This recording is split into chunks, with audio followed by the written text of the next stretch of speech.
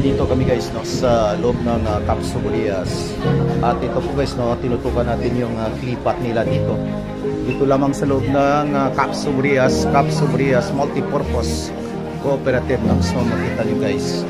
Binibinta ito po guys no, yung klipat nila, gawa nila dito.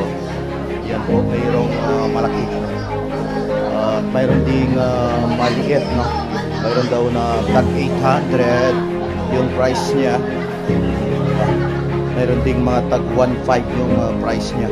So dito lamang makita no, sa Multipurpose Cooperative sa kanilang kantin. Dito lamang sa center ng Capso Burias. Ayan po guys, no, makita nyo yung mga estudyante dyan nagme-merienda dahil nga ito ay kantin. So ayan po guys, no, nakatutok pa rin tayo sa kanilang klipat.